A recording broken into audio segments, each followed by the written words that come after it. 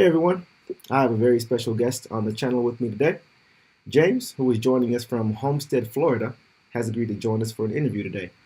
Now, James was introduced to the organization of Jehovah's Witnesses at the age of 4, and he went on to dedicate his life to the organization in 1996.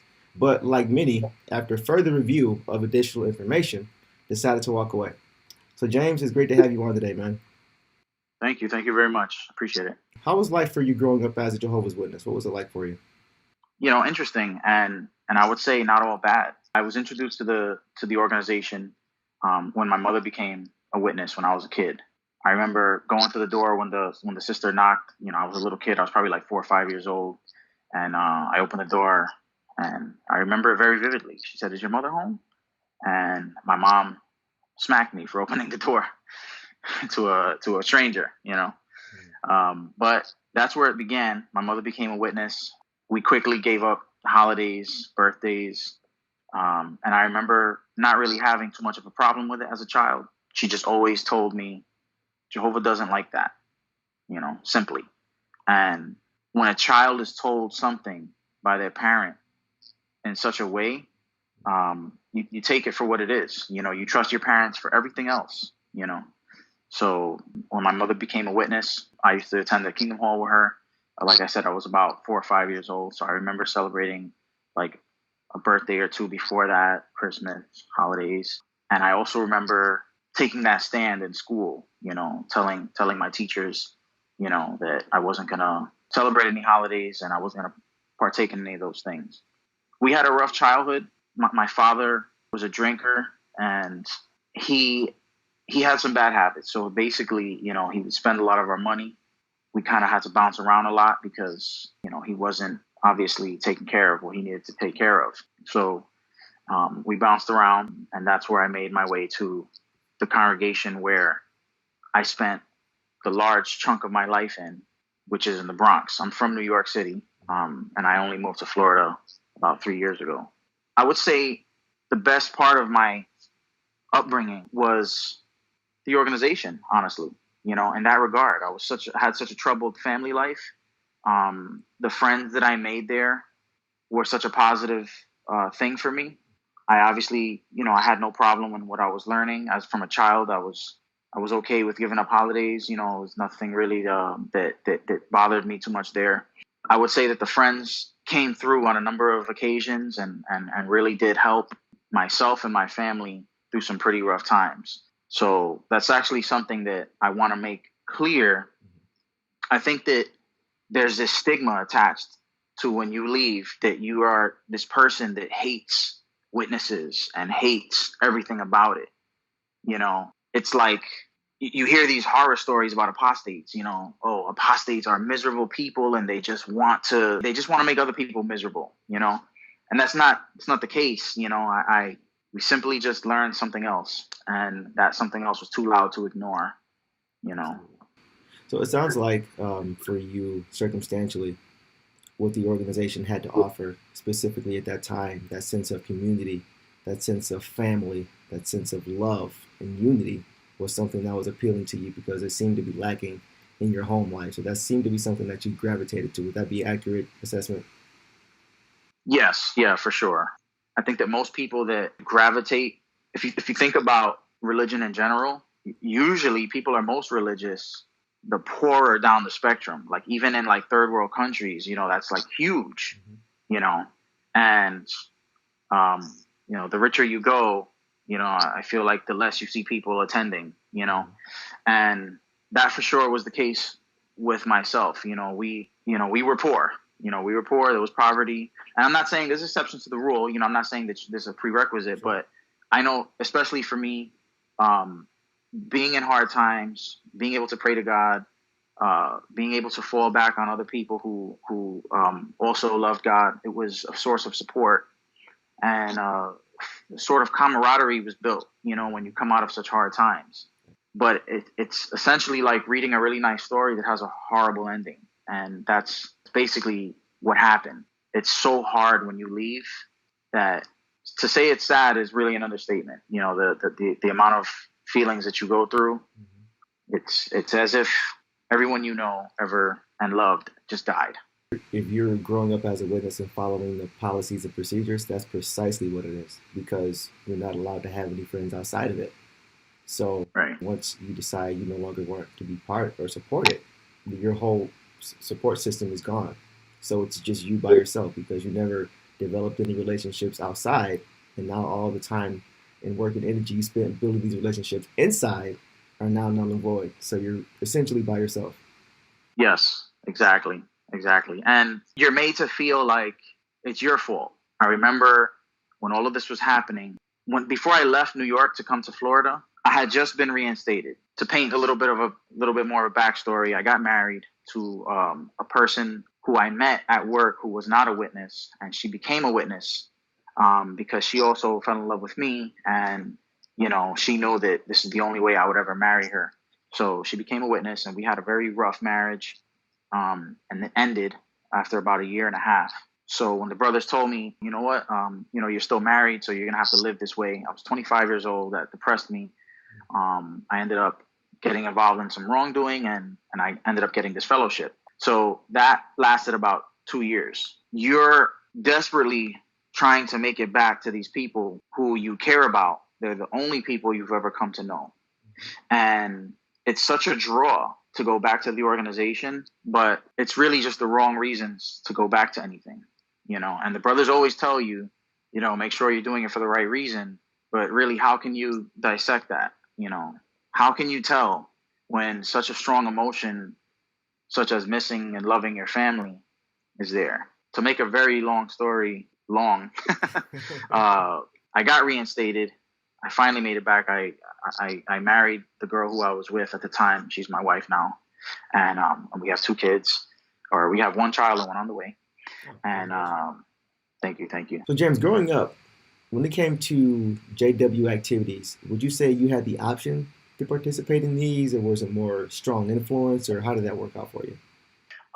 It was definitely a very strong influence. My mother always. My father was not a witness, so my mother was always the person guiding me, and she had me study with this elder in our kingdom hall who was a very intelligent man, and I studied with him for years. So the influence was strong, and I was getting influence from my mother, from the brother I was studying with. I would say guidance, but I would say the strong influence came from all of my peers. When they began to do all of these things, I began to feel like, well, this is what I should be doing. I could not stand going in field service. I really couldn't. I mean, I hated knocking on people's doors and waking them up. I was also psychologically bullied in school. I had a classmate that he used to make fun of me, a door knocker, and he used to get all the whole class together, and they would all collectively, laugh at his jokes. So that was really hard for me. I would say honestly, the only reason why I did it was because I knew if I didn't do it, that's like the one thing that we're supposed to do. The preaching work is the top priority for all witnesses, and the only way you get to do anything is by preaching. You don't have at least 10 hours. There's a cap to what you can do. Exactly. And in my district, it was like even a little bit more than that. Like, so the average publisher, I think, did like 15 hours. It was like anywhere, it fluctuated from 12 to 15 hours. So I usually hovered around the 10-hour mark, but it was just never enough to get me above average so that I can become a servant. I had every other privilege. When our Kingdom Hall got rebuilt, I used to do, work on the Kingdom Hall, overnight security, at all of the assemblies and conventions. I was an attendant. When I became an emergency medical technician, that was now my duty at the conventions. I used to do the first aid department. So you were being used pretty heavily. You were never given title. Exactly. Because you didn't have that qualification mark. They couldn't check that off as far as the qualifications because you didn't have the hourly requirement that was necessary. Precisely. Yeah, exactly. The influence was there. I mean, I had a lot of my friends were moving up the ranks. I always imagined myself being that elder who gave these phenomenal talks that could move the audience. And I will say that was one of my my strengths.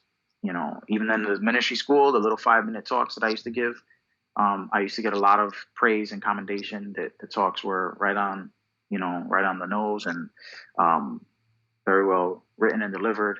So I was proud of that.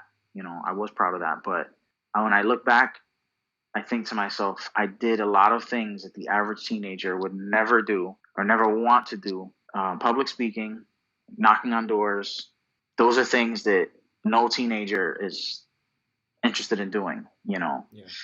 I did it because of that strong influence. Gotcha. So the influence is powerful. Yeah, you mentioned public speaking. That is the number one fear above death. Yes. So it just shows how much people really don't enjoy doing that, but how many people in the organization still do it because of the power of influence. I completely agree with that. Yeah. How old were you when you got baptized? I was 14 years old back in 1996. 14. Okay. And would you say at that time you were prepared to make that decision? Absolutely not. When I think about it now, without bias and without my head all in that, I realize that 14 years old is nowhere near the age you need to be to make such a lifelong commitment to something. When you really think about it in terms of how a witness thinks, your dedication to Jehovah is above everything, including marriage. A mate can pass away. They can be unfaithful. There are things that can break a marriage, but there's nothing that is supposed to be able to break your dedication to God. So when you're 14 years old, I don't even remember the things I was thinking of when I was 14. I meet young guys on my job that are like 20, 21 years old, and I think to myself, wow, the difference that those years have made from their age to my age is huge. The things that they want, the desires they have, some of them get tattoos. And then, I'm thinking to myself, I remember when I was in high school, if I always said to myself, man, if I ever got a tattoo, I'd get this. And now I think back and I'm like, that video game is done, so the point that I'm making is that when you're 14 years old, you are not prepared to say, I'm going to serve this God forever, this religion forever. Even legally speaking, you can't get married until you're 18. You can't rent a car. I believe most places won't rent a car to you until you're 24 years old. You can't drink until you're 21 in this country. In other countries, it's 18. So like even the world recognizes that someone that age does not have the mental capacity or the foresight to think about what their future is going to be like, and how those decisions will affect. Yeah, I'm with you there. I was 12, so I can definitely relate to being too young. And that's one of the biggest issues that I have, because the way the structure is set up, it's set up for you to make the decision prematurely. But yet, when you decide to walk away from the organization and change your mind about that decision you made so long ago, what's the response you're always met with as far as taking responsibility? Well, you made the decision, you dedicated, knowing that they were the ones that coerced you and influenced you to make that decision prematurely. So that's to me, that's evil, because you're blaming somebody for making a hasty decision that you really pressured them to make. This is something that's going to follow you for the rest of your life wherever you go, is with regard to the organization. So to me, that's the evil that I really take issue with, because they set you up for failure and then blame you for that failure. Yes, and it's used as a means to. It's really a fear tactic. It's hard because I hate to think that these people who are pretty much genuine people would have such an agenda, but I really can't think of any other way you would think that's okay, And let's face it, if there was some kind of rule that said you cannot get baptized till you're 18, I think the numbers of people that got baptized would be slim to none. I mean, the Jehovah's Witnesses would be purely a religion of people that it affected at the door, grown-ups, who have lived a hard life and have tried many different religions. For some reason, they feel that's the religion that they want to be in. But I think every witness family, the children would the majority of them would not take part in it, because once you hit school, it's not just peer pressure that you find in school. It's just knowledge of other things. In my case, it wasn't another religion that piqued my interest. Things that you learn in school, the reason why they teach you so many different topics in school is because we don't know what you're going to be interested in. Teachers do not know what your interests are. You don't even know. You're too young.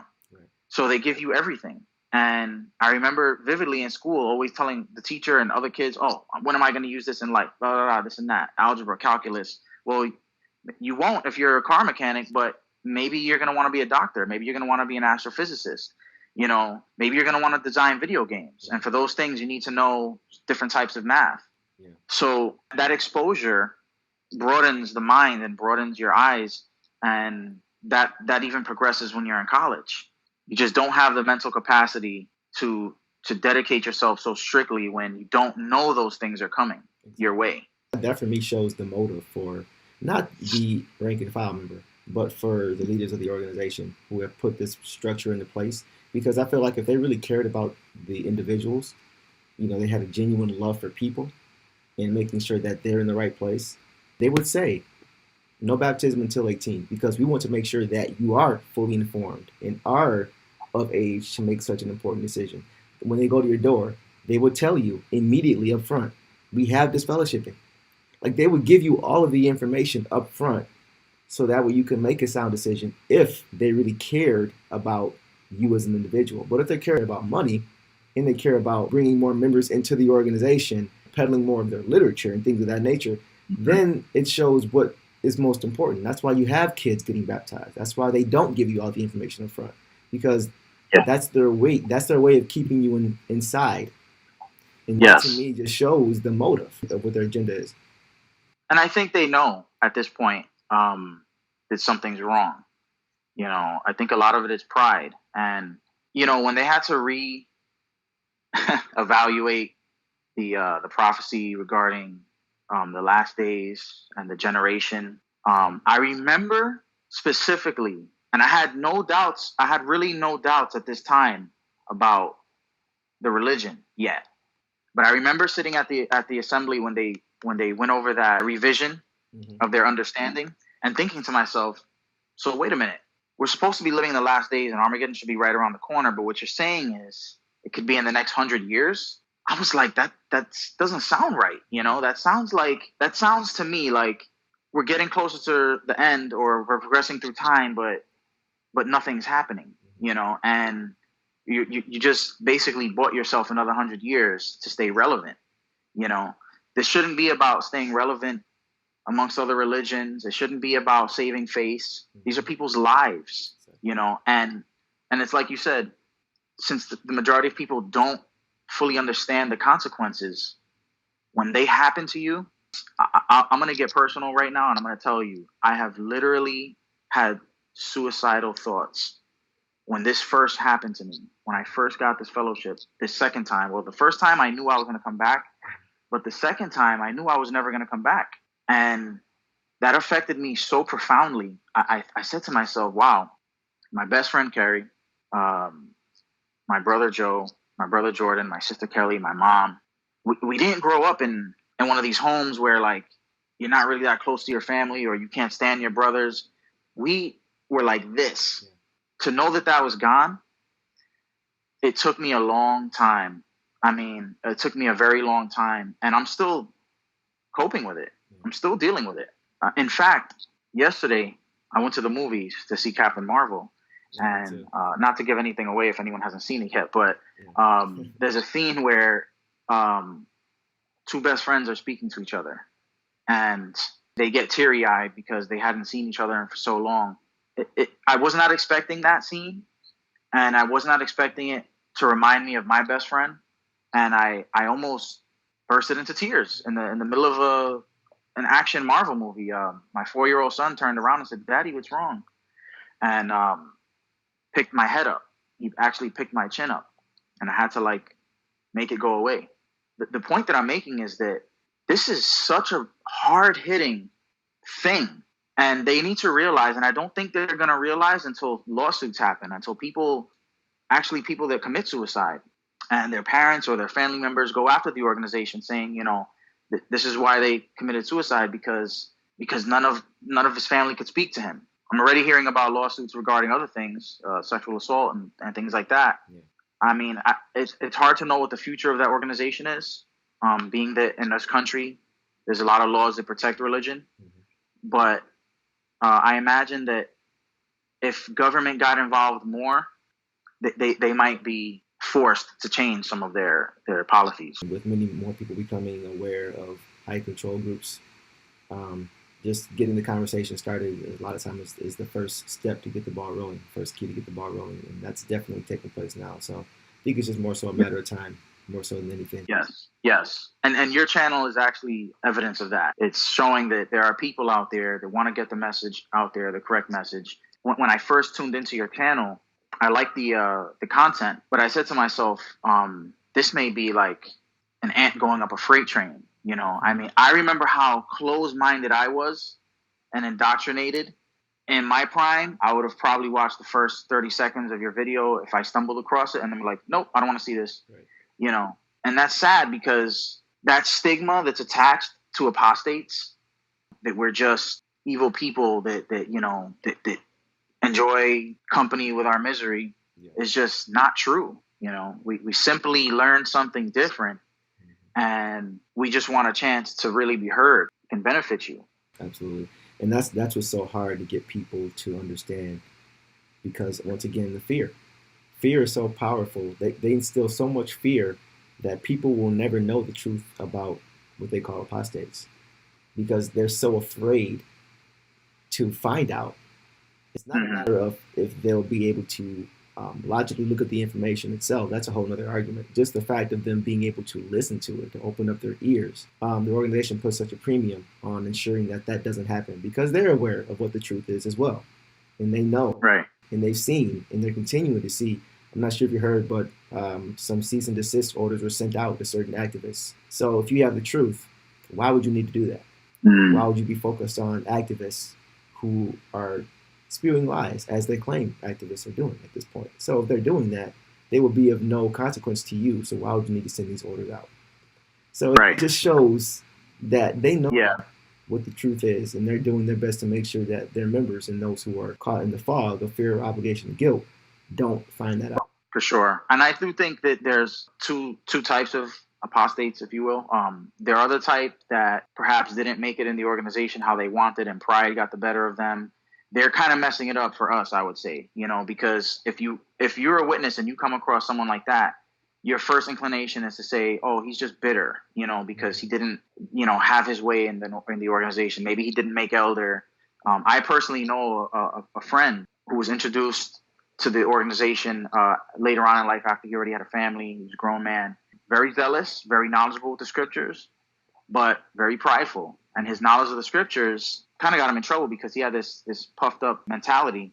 And he used to tell us all the time, oh, the elders don't know as much as me, you know. And I said to myself back then, this is while I still believe heavily, I said to myself, I can imagine him being an apostate one day, because he has the apostate mentality. So it's people like that kind of take the form, you know, of every apostate in their eyes, you know, but it's just not the case. And watching your videos, I was thinking to myself, these guys, there's nothing angry about them, you know? I mean, aside from our hair, you know, we have a little bit of facial hair. Yeah.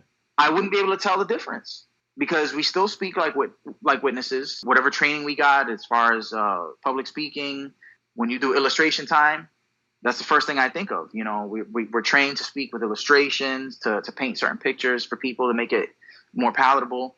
All of those things are teaching aids, you know, and they help us teach. So it's completely divergent from the stigma that apostates are just mean, angry people, you know, and minions of the devil. Mm-hmm. And that's been the hardest part for me. So with regard to baptism, what would have happened if you had decided, James, that you did not want to dedicate your life to the organization and get baptized? There was no real consequences from, I would say, my mom. She did want me to make the decision for myself, but there was, again, the very strong influence. Eventually, I would have hit a certain age where all of my friends would have been baptized. You know, I would have been the only one unbaptized. Probably wouldn't have had all of the privileges that I had either. I know specifically, there was a friend of mine. We were very good friends, and he moved away when we were kids, and he came back to for an extended vacation when he was a young adult, like he was in his 20s.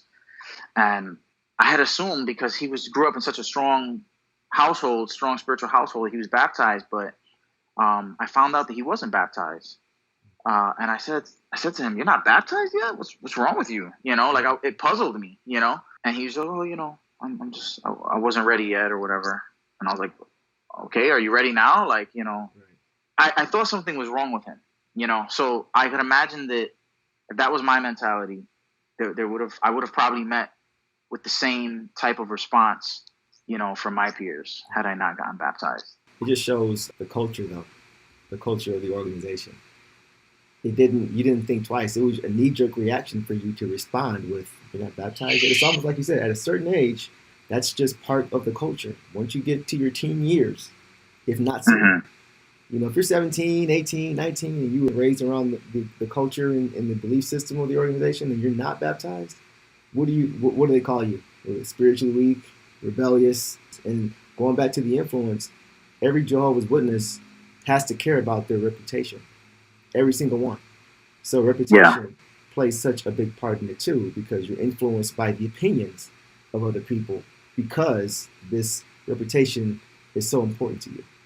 So it's all tied together, and that's what I think people who are not familiar with Jehovah's Witnesses need to understand. It's a culture. It's a way of life. And that's also not just witnesses, but also other high control groups. They make you feel as if you have to have the approval of everyone else around you. And if you don't have that, then you're not going to receive those privileges, because, like you mentioned earlier, you have to be exemplary. So if you're not setting a good example, then you're not going to be allowed to do certain things. And as a result, people who are going to look at you, they're going to put you in a certain bracket and say, "Okay, he's this age, which means he should be doing A, B, and C." And if he's not, then there's an issue with you. So you're always trying to make sure that you are reaching the standard and making sure you're meeting the requirement that you're supposed to meet at that specific age. So it's really very powerful, the mind control and the brainwashing and the fear that is put upon you. And most times you don't even realize it's happening until it's no longer happening. Right. You're right about that. And I know especially for servants, or if you're going to be a servant, you mentioned earlier about being exemplary. I know that you have to be blameless. If anyone has a cause for complaint against you, that's going to hinder you from reaching those levels of service. That aspect is very true. It's to a fault, because it can lead people to put on a facade. Absolutely. I can't even count the number of times there have been, brothers and sisters leading double lives, because the pressure to conform is so great. Come to find out, they've been doing X, Y, and Z for so long, on the side, So when did doubt begin to set in for you with regard to the organization? My doubt began years ago, but it was such a minuscule doubt, and I still have very strong faith up until very shortly before I left.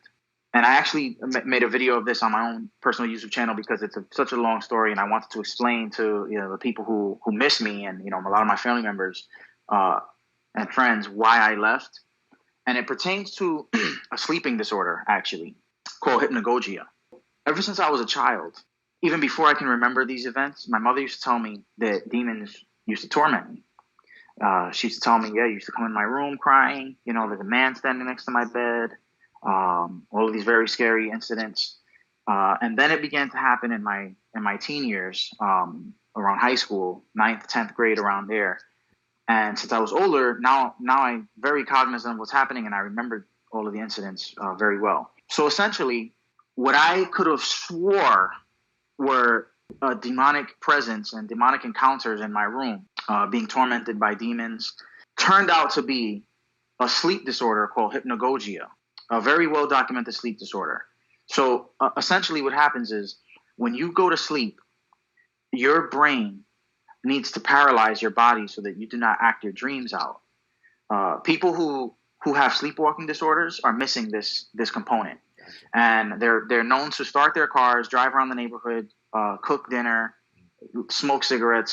There was actually an account in the news of a man who killed his spouse, sleepwalking.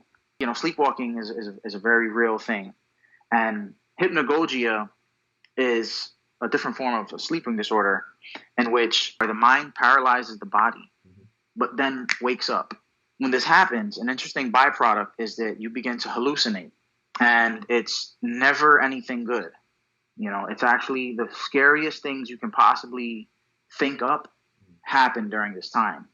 So things that I have felt were tingling sensation all over my body, auditory hallucinations. So I've heard death screeching scream, blood curdling scream. I felt someone like sit on the foot of my bed. Some people say they feel like they're floating.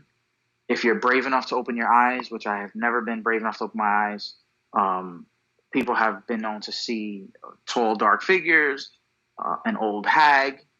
You feel like someone's sitting on your chest sometimes. So these things that were happening, which I took for, obviously, I think anyone would think this is a demon in my room, some kind of evil spirit, it turned out to be symptoms of a medical condition. And I didn't realize that until one day this happened to me. I was in high school again. It's just, every night, like clockwork. Every single time I went to bed, I prayed to God, please help me, please help me. And every single night it happened. After months of barely getting any sleep, one day it happened. I ran to my mom's room. I'm crying. She says, pray, James, just pray to Jehovah, pray to Jehovah. So I start saying this prayer. And I'm so afraid to go back to sleep that this prayer is forever. I'm just praying and praying and praying and praying, sitting on my mom's bed with a pillow, and then I eventually doze off during this long prayer. And as I'm dozing off, I begin to feel this feeling come over me again of paralysis. And I guess because I was sitting up, I was able to snap out of it. And I said, Ma, look, it was just about to happen again. So she said, really? I'm here. I didn't feel anything. I didn't see anything. And it clicked. I said to myself, and again, my faith in God was so strong. I said to myself, this couldn't be a demon then. This has to be something else. Because if I'm praying to God, He's not going to allow a demon to attack me while I'm praying to Him. He's more powerful than that. I said, this must be in my mind, So I began to do research. Again, this happened, the late 90s. If I had internet, it was dial-up. I somehow I did research. I know it wasn't on my phone. I didn't Google it. But I remember specifically looking this up and finding out about this condition. And I said to myself, okay, this is all in my head. So I'm gonna fight this. So every night when I went to sleep, it happened to me. And every night I got better and better at controlling it, to the point where I was able to sense it happening to me, and literally, I would literally be sleeping, and it would start. I was dozing off, starting to fall asleep, and I would feel it, and I'd go, no. I would shake it off, and it stopped happening for years. I felt like, okay, I beat it. For many years it stopped. It began again in my adult life. Probably like 7 or 8 years ago, it began again. But since I knew its origin, and even when you know its origin, it's still horrifying. To this day, if it happens to me, it's so scary, and I know that it's mental. It's almost as if it doesn't, dilute it at all. It had to be hard for you, especially as a child, dealing with not only the fear but also the confusion of not understanding not only where this is coming from, but why nothing was being done by this, why nobody was, why Jehovah wasn't intervening, why He wasn't fixing this issue that you're obviously afraid of, and obviously you're thinking it's a demon. Why wouldn't He step in at that point, since He's the most powerful being on the planet, to help you with this issue, since you're asking for it? So to be met with the response of, yeah, this is Satan, had to be confusing, because you know that Jehovah exists, and you know that He's more powerful than Satan. So why would He just stand by when you know His Holy Spirit is a real thing, and you know He's aware of what's going on? So I can understand the type of frustration that had to be going through, and confusion that had to be going through your mind at that time. Yes, very, very frustrating, very confused as to why I wasn't getting the help. I forgot to mention that, brothers came to my house a couple of times to pray, pray in my room. I was critiqued on some of the video games that I had. I ended up throwing away so much stuff. It's like, okay, Super Mario threw a fireball and he's magic, or he slides down a pipe. Like, I mean, I don't get like why this would call demons to my room, Legend of Zelda, whatever it was that I had. It was just confusing to me. Like, why can't I have like a normal childhood? Like, so every other kid that plays these games, does this happen to them? No, like it wasn't happening to anyone else I knew. It's actually while it's common when you look it up, the average person, I think it affects like about 8% of the population. So, 8 out of every 100 people you met, it may have happened, to them once or twice. Right. And I would say 99% of that 8% believe it was a demon encounter because they don't really have any knowledge of it. They don't realize that, it's actually a sleep disorder. I kind of had to like handle it on my own because whatever help I was getting, it didn't help me. In the end, I ended up having to be the one to gain control of it. And that just sent me on a path of a very slow path. I mean, this was the late 90s when this was happening to me. And I just left 3 years ago. So painstakingly slow process of me beginning to realize something here, but not enough to change my mind, and then realizing something there, and then realizing something here. And then one day I look at this huge picture and it's just doubt. It was just overwhelming doubt. It snowballed exponentially fast. I left New York. I remember talking to my elders and telling my elders, hey, like I'm having some doubts. And they prayed with me and they said, read this, that, and the third, when you go to Florida, talk to the brothers there. No big deal. I came here in February of 2016. And like within a year, I was just completely sure. Whereas before, like, okay, my son has a Bible name. He's 4 years old. I had that much faith, like, I'm going to give my son a Bible name, And that amount of time, I was that completely sure that everything I had ever known was false. How it happened was that I began to say to myself, okay, if this that I was so certain was something supernatural turned out to be able to be explained by science and medically explainable, then what else is?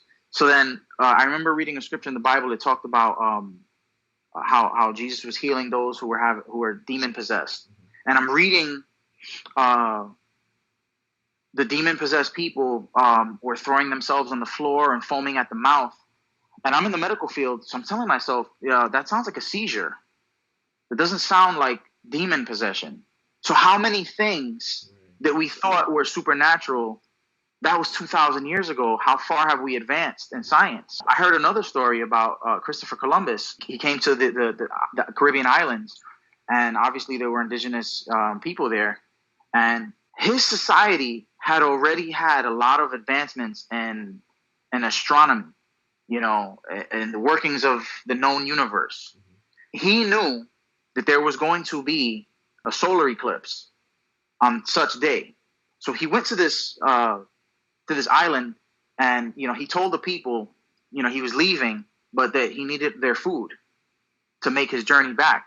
Now this particular tribe only made a certain amount of food. They didn't make anything extra. They were not wasteful. So their harvest was just what they needed, and that's it. So they said no. If you take our food, our families are going to die. So he said, if you don't give me this food, my God is more powerful than your God, and he's going to turn the sky dark in the middle of the day.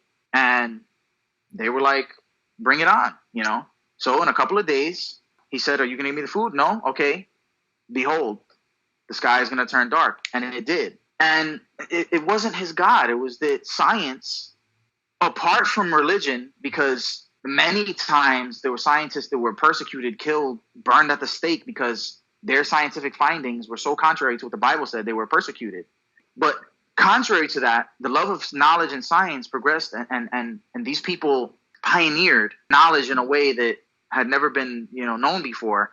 And now Columbus is armed with knowledge of the cosmos and was able to bring it and spin it in such a way. These people, they probably all died because they didn't have enough food. But if they didn't die, they'd probably worship him as if he was a god. So when I was talking about, this thing and here and there, and one day I just stood back and it was like this picture that that painted just overwhelming doubt on everything I'd ever known. That's when it happened. Granted, I had doubt about all religion. I didn't even feel any type of way about witnesses per se. Interesting stuff here. So, what made you decide then at that point that being a Jehovah's Witness was not for you at this point?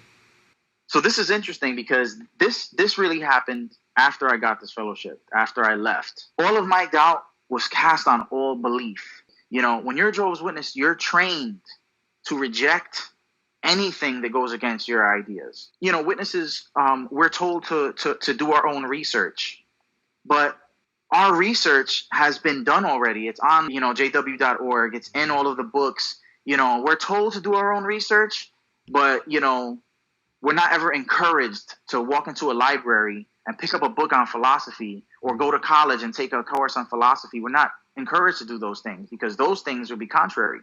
So it's really a really empty statement when a Jehovah's Witness tells you, yeah, do your own research.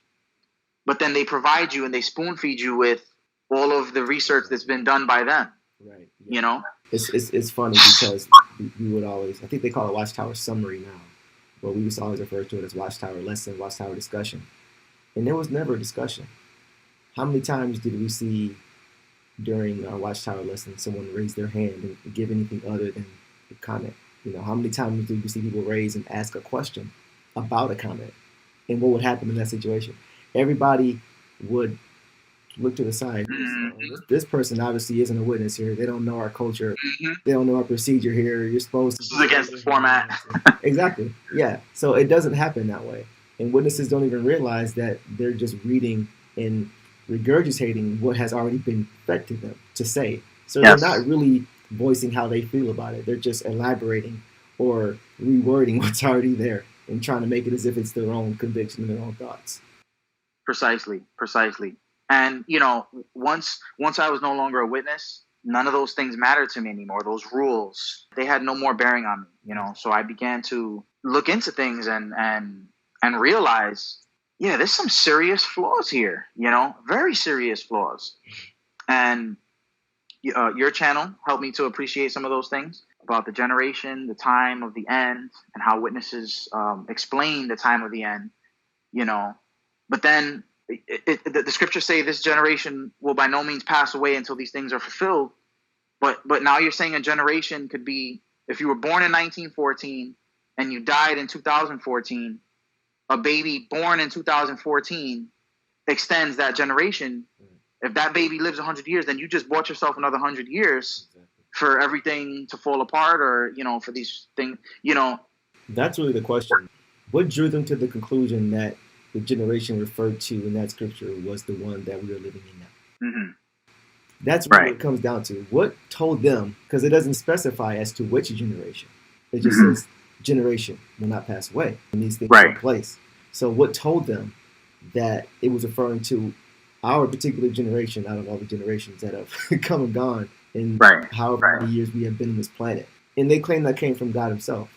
So when you make a proclamation like that, what they're doing is they're playing the role of don't shoot the messenger. Because they know that if they are not attached to God, if people don't believe in them the way they believe in Jehovah God, they're not going to support them when mistakes are made. But when they attach themselves to Jehovah, they know that Jehovah's Witnesses is not going to question Jehovah, regardless of what happens. So if they can attach themselves to him and have that same position, same level of validity, then they can say and do whatever they want and change it whenever they want, because now they're just a messenger who is just giving them Holy Spirit from Jehovah down the pipeline. I actually spent time, this is the last circuit assembly I went to, and I just took a tally of how many times they said Jehovah in his organization. Jehovah in his organization. And 38 times, half a day, before lunchtime, from 9 to noon, they said that 38 times. So it shows you how much they want to make sure that people see them the same way they see Jehovah God. Yes. And that's part of the reason that I began to have doubts about the organization, because them tying themselves to him in that way. I had a family member come from New York, and we had the discussion, and she said, but science changes its mind, and it can't be trusted. And I said, well, honestly, that's a sign of humility.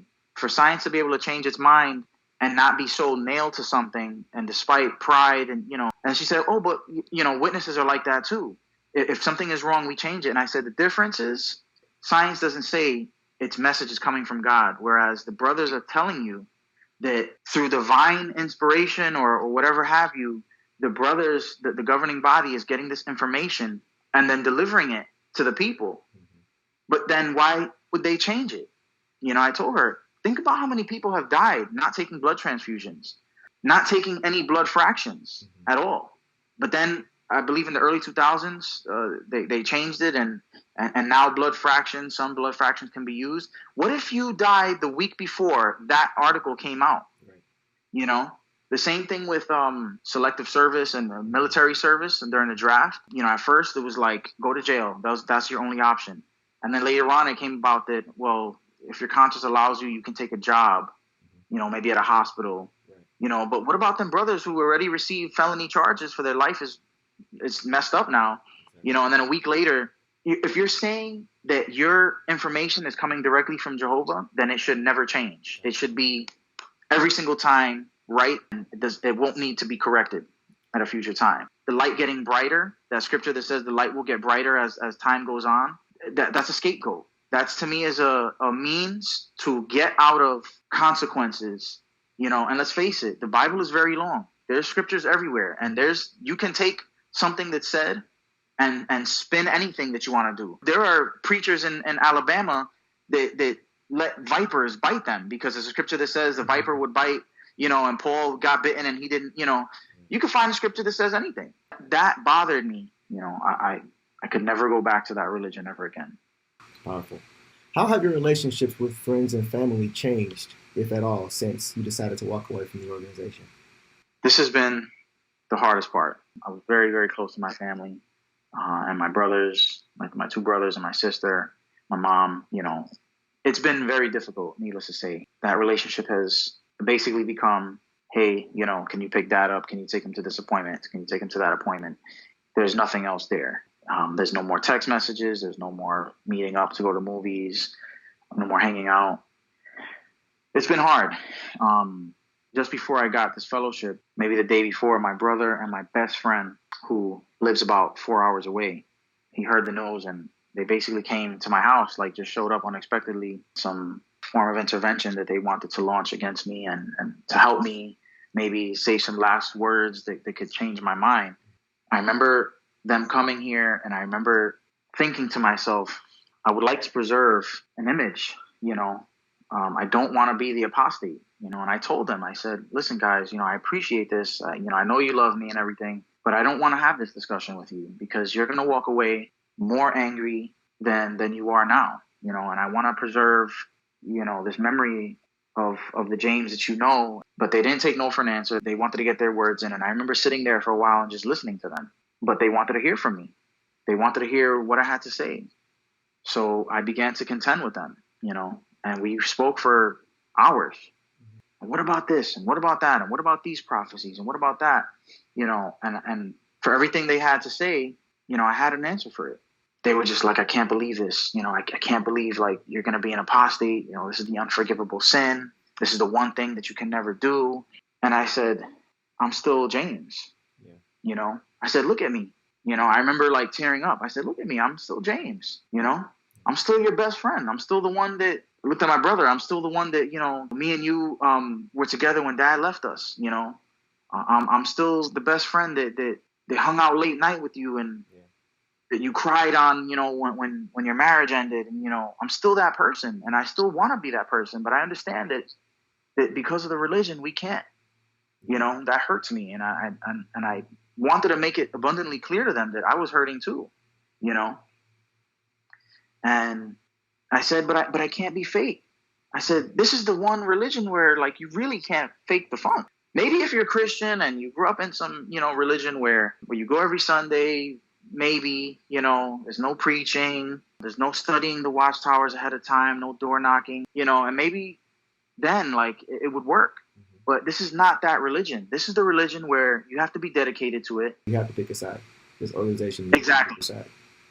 It's black and white. And I said to them, if I were to fake this, not only would I be doing myself a big disservice, I wouldn't be able to go preaching anymore. How could I knock on someone's door and preach to them when I don't believe it? Yeah. And if I'm not preaching and I'm maybe just going to meetings, not ever raising my hand, just sitting there, then I'm essentially just doing this to keep my friendships. And you guys would read that. You would be able to read it. Because what happens when someone gets so spiritually weak, they barely go to meetings? The brothers are instructed not to hang out with that person anymore. Exactly. Not socially, at least, Only do spiritual things with them. You go out and field service with them. Try to get them to go in service. Do a family study with them. But when they call you to ask you to go to the movies, the answer should be no, because they're not taking care of their spiritual responsibilities. So I told them, I was like, it's pointless for me to live a lie. There's no way that I would have been able to live a lie. I would not have been able to fake being a witness. As much as I love you guys and as much as I'm going to miss you, I can't do it. And they refused to believe it. Before they left, he gave me a big hug. He started crying. My brother said, I know you'll be back one day. That part is hard because while I never thought I'd be on the outside of that organization, I really thought that, that's where I was going to be my whole life. I think I've never been more sure that I would never return. So them telling me that they think I'll be back one day, it was hard for me because, I wanted to tell them, no, I won't. But at the same time, I just didn't want to hurt them, any more than I felt like I had already hurt them. It's been, needless to say, it's been very hard. It's been very difficult without my friends and family. Yeah, that's why so many people return. It's such an emotional impact that takes place. Even with the videos you see at the conventions now, the music is compelling, it gets you stirred in your emotions. Everything is emotional, it seems, more and more, and less about facts and more so about how this makes you feel. And that's why so many people are often returning to the organization or afraid to even leave the organization or fading because they feel that they're going to have such a negative emotional response to the consequences if they decide to just be real about the situation and just leave. But they don't have the option to leave gracefully. It's so unfortunate that people who are in that position of just trying to find out the truth have to go through such a traumatizing experience. Yes. And what you said about facts, that has been something that has become very profound to me. Facts, maybe even to a fault. Like I have become so steeped in logic and facts. I feel like sometimes I've become like a robot, and that's not good either. I do need to tap into the more human side of things, but it's hard because I came from this situation where, like you said, those emotions, getting wrapped up, feeling the spirit. I just don't want to be emotionally tied down to something like that anymore. I want to be able to think rationally and say to myself, is this the correct path? And once I left, I finally became very aware of the political climate of this country and the world. Whereas before I was like, passively hearing things on the news. I've replaced a lot of my study time with just watching the news now. And that has become such an interest of mine. And one of the conversations I was having with my aunt, trying to help me, back to the organization, she said to me this quote, if you don't stand for something, you'll fall for anything. She's my aunt. So I didn't want to be rude to her. But if anyone else would have said that to me, I would have answered a little bit more sternly. And I would have said, that's just a nice sounding saying. That's really all that is. And words, you can put words together and make them sound great. Think about poetry. Think about rap. Think about music.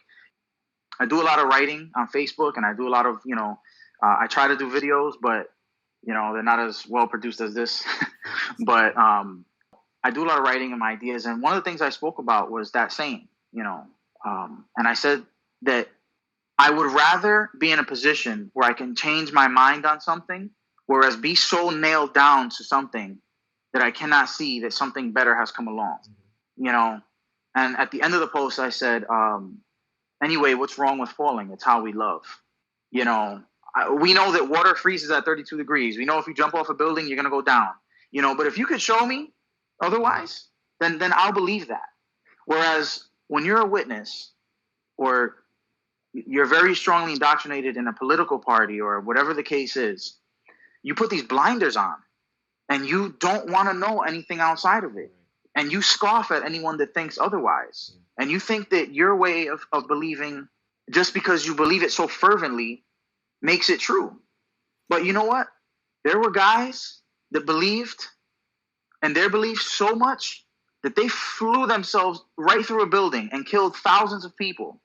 And that affected me so profoundly because I lived in New York when that happened. And I was actually there the weekend before that happened. I was at the World Trade Center with a bunch of my friends. There used to be free concerts in the plaza. And when that happened, that affected me so profoundly. And that has resonated now years later. I'm thinking to myself, just because you believe in something so powerfully does not make it true, you know? And the same witnesses that would criticize the people jumping around up and down up in a church because they feel like they have the Spirit, and the same witnesses that criticize Muslims or anyone else who have very strong belief systems, they themselves have the same strong belief systems that they are unwilling to take blinders off because they feel like that's a flaw. Well, then you're just going to know everything. And then what are you going to choose to, you know? I agree with you. And I think what a lot of time what witnesses miss when it comes to just being open to the idea of looking at information is that's what you did when you became a witness. You were open to the idea of looking at something that maybe you had no knowledge of. So why would that thought process stop for any reason? If you didn't have that thought process of being open-minded, you'd never be a witness. So why would you stop doing it now? Don't you feel as if being a witness is something of value to you? What caused you to be able to be in that position? Having an open mind to listen. And for some reason, they stop. And that's why they put themselves at a disadvantage. Because the concept of being open-minded, which helped them to get to this position where they feel they're happy, they're no longer doing. So what other situations are they going to prevent themselves from being happy because they don't have this mindset? Precisely. Like, you hit the nail right on the head. Like, it's precisely that closed-minded way of thinking that has caused so much pain. You know, it's hard for me because part of me wants to live and let live.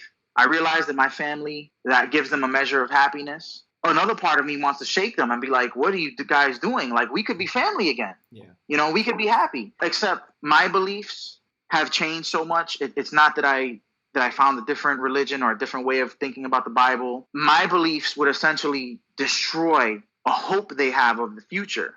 And that's what makes it very hard for me to evangelize what I think. So I decided to take a more passive approach, do a couple of YouTube videos, make a Facebook page, and leave it wide open so that anyone that wants to see it can see it. And I paint it as, this is what I think, if you want to know what I think. How has life been for you since you decided not to commit yourself to the organization?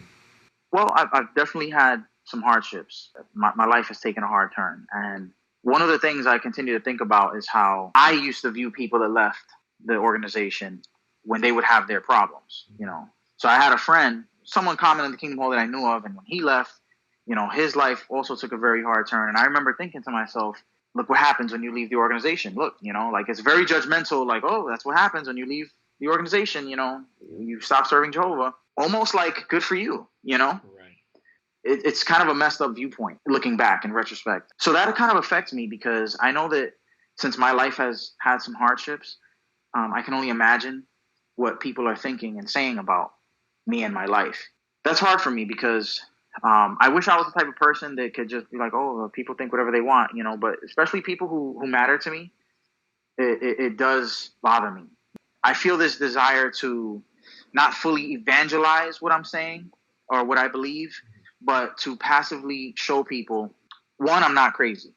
So that's a big thing. I feel like when I left, James lost his mind. You know, he's off his rocker. He left. He did this, that, and the third, and, you know, he's not serving Jehovah anymore. He has facial hair. He has, you know, he wants to be a police officer now. Whatever it is, you know, at one point I even thought about joining the military, you know, and I know that when my family gets wind of these things, they must be thinking, like, what is this guy's problem? You know, what is he thinking?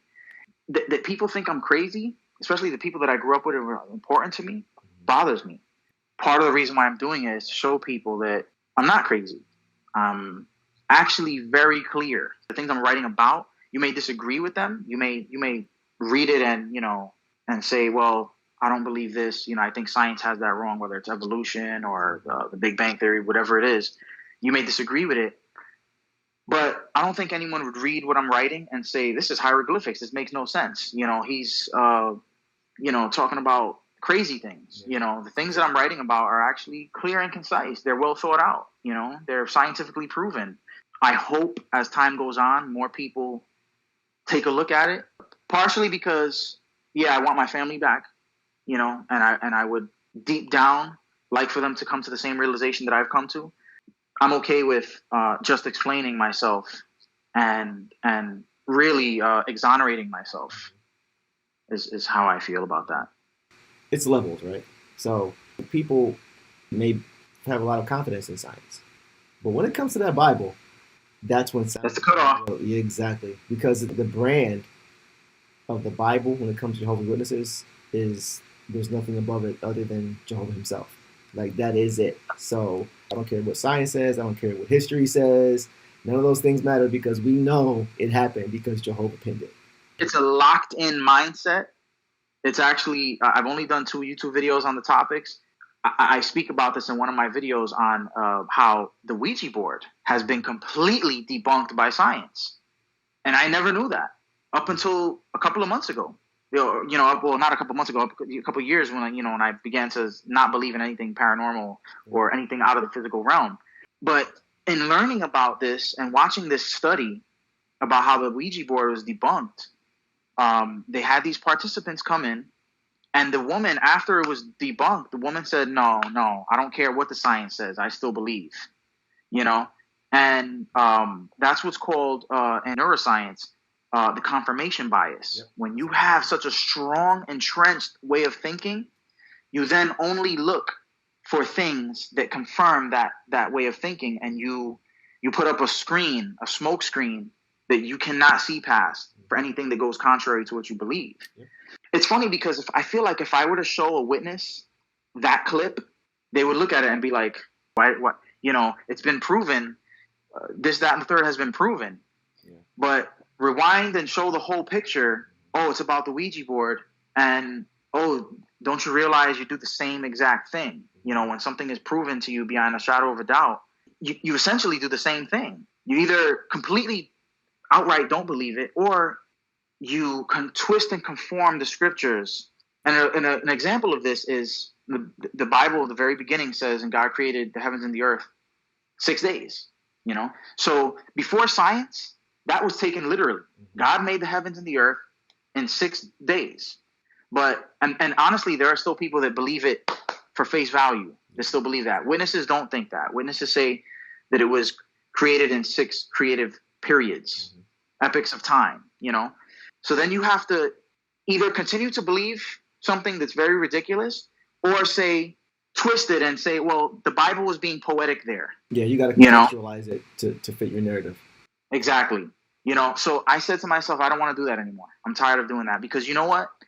The last days were supposed to be here, and now you're changing it to mean this, and blood is this, the no blood issue, and now it's that, like you're just changing things to fit your narrative, and it's not, there's no consistency. And I just was like, this just isn't for me anymore, James, what would your message be to current Jehovah's Witnesses watching this video? My message, it's funny, this actually reminds me of, I had a friend that left a couple of years back, and I remember having a conversation with him. He called me on the phone, and I knew that he was on his way out, but I obliged him, and I picked up the phone, and I spoke to him. I remember he said to me, just do research. He said, James, do research. I know you grew up in this religion, but if I could just give you any advice, it would be to do research. When he said that to me, I just felt bad for him. I was like, this guy is so lost. I wasn't rude to him, but I knew that at the time, I was just not going to follow that course. I knew in my heart that I'm going to be a witness forever, and all of the research that I could do, I've done. Well, now the tables have turned, and I haven't spoken to him since he left. I lost contact with him, but that would be my message. Do research.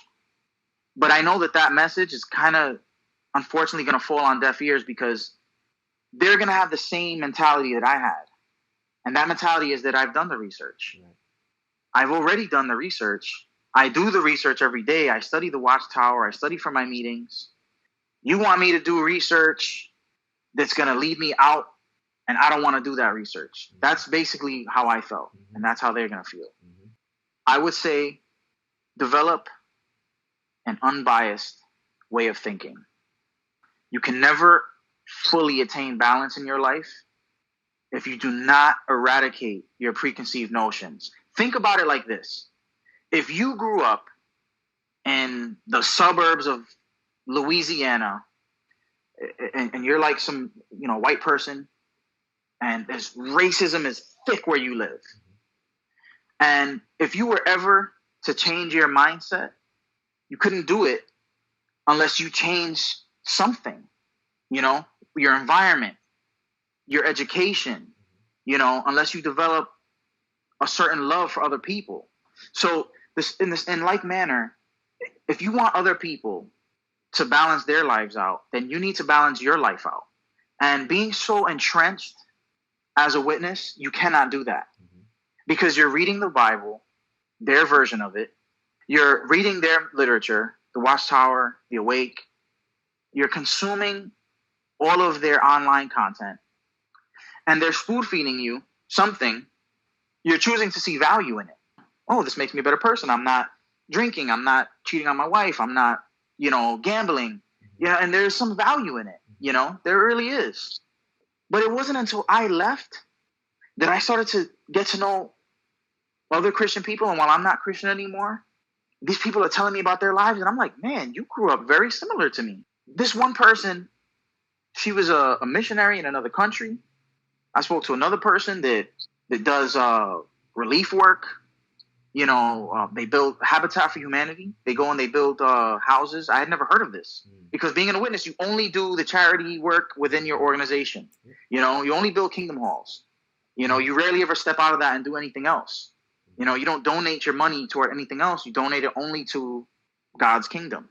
But then I stepped out and I'm like, oh, there's a thing called Habitat for Humanity where you sign up and these low-income people, they sign up for this program, and then you go and you build their house for them, and they help you build their own house. The house, they put very little to no money down on it. It's very inexpensive, and since it's not professional labor, you have professional laborers there that are overseeing, but the average nail that's nailed into the wall is done by your average Joe.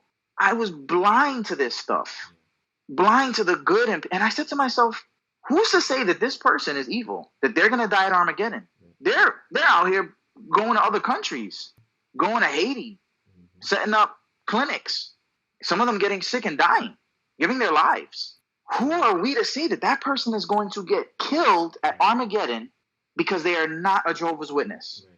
Because they heard our message and it didn't jive well with them, and they decided to keep on going their merry way. Oh, but because they were preached to and they were given the chance and they rejected it, they're going to die? Right. And to add on to that, for the average Jehovah's Witnesses, you hear them speaking about things that they enjoy about the organization. But a lot of those things come from an emotional place. They talk about the unity that they have. They talk about the love that they share. They talk about the relationships that they built. They talk about how they feel like they've been a better person, all these different things. These things come from an emotional position. They don't talk about, yeah, I've done my research, and based on this date or this date, this proves that God chose this organization. Because that's what it's about, right? It's not about how the organization makes you feel. It's about, is this where I'm supposed to be? What do the facts say? Isn't that what they say? They call it the truth. So it should be based on truth. It shouldn't be based on emotion. And a lot of time when you hear Jehovah's Witness try to use facts, what they call facts, to prove that they are the chosen organization, they'll use things like, well, where do you see other people sharing the love that we share doctrinally? Or where do you see other people, going to the same meeting, getting the same information at the same time every week? That in no way, shape, or form proves that this is the true organization that God selected. These are just, is what you mentioned, confirmation bias. They're not talking about the things that may put the organization in a negative light. But I feel like a lot of people, unfortunately, even if they were exposed to this information, some people just don't want to leave. They want to believe in something. They want to feel a part of something. And a lot of times, unfortunately, it exposes why they got baptized in the first place. It Yes. shows that they got baptized for the wrong reasons. They didn't get baptized for truth. They got baptized because maybe they felt they wanted to be a part of a community, or maybe they got baptized for selfish reasons because they wanted to see their family again. So it's really about, at the end of the day, why are you here? And a lot of times people show why they're here based on their behavior within the organization. Right. Right. Exactly. I think that the reasons for pursuing this, like you said, a lot of it is that need to belong. That desire, that strong desire to belong to a group or to a certain particular type of people. And I'm happy to say that can be had outside. Yes. It's like you said, the brothers will say, where are you going to find love like this? In logic, that's called a straw man fallacy. That's a logical flaw in an argument. Mm-hmm. Where you put this bad looking figure to represent everything else, and you paint it bad so that you can make your side look good. But it's not addressing the fact. The fact is there are millions of people all over the country that are so happy where they are. Look at Amish people. Amish people have no technology. They're happy. They're happy what they're doing, in their avenue of life. Who are you to say that they're not happy? Those are the most community prone people, even more so than witnesses. They have no social media, no telephones, no nothing. They ring a bell and everyone comes running and helps. They all build each other's barns and houses together. For you to say, where else are you going to find this love? Again, that's an example of words sounding good. And yeah, where else am I going to find that love? Everywhere, if you look. And that's the point, because by asking where else are you going to find it, well, nowhere if I stay here. And that's the point. And that's what so many witnesses do. They go through life never searching, never looking for anything else. Yes. Because it's a foregone conclusion in their mind. Well, they said it. I'm not going to find it anywhere else. So what's the point of looking? That's the mindset they want you to have. We know more than you do. So trust us. Right. Exactly. And when I got in contact with my friend, who I told you we were friends growing up, and she had gotten this fellowship for years, I reached out to her and I found her on Facebook, and we started talking. She tells me along the same lines of what we're talking about, you're told that you will never find happiness. And she said, it was hard in the beginning, but I found it. She's happily married. She has 2 kids. She has a good thriving business. And she said, she said a word of advice, because she saw how hard I was taking it. She said a word of advice. She said, join a CrossFit gym. I said, really? She said, yeah, join CrossFit. She said, CrossFit is a very intense form of working out. You're going to feel good working out. And she said, I have developed friendships, very strong bonds from doing CrossFit.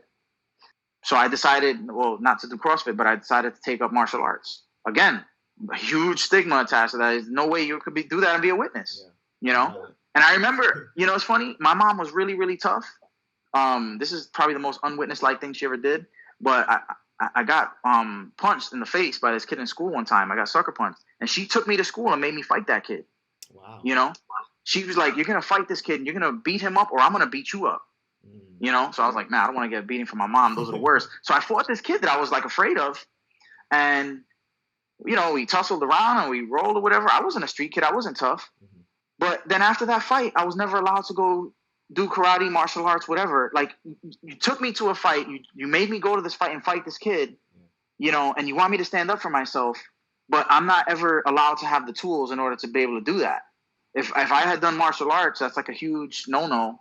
Privilege is taken away, carrying a gun. So that leaves police work out of it. If you ever wanted to be a police officer, you can't do that. There's just things that there's these stigmas attached to you're not supposed to get involved with.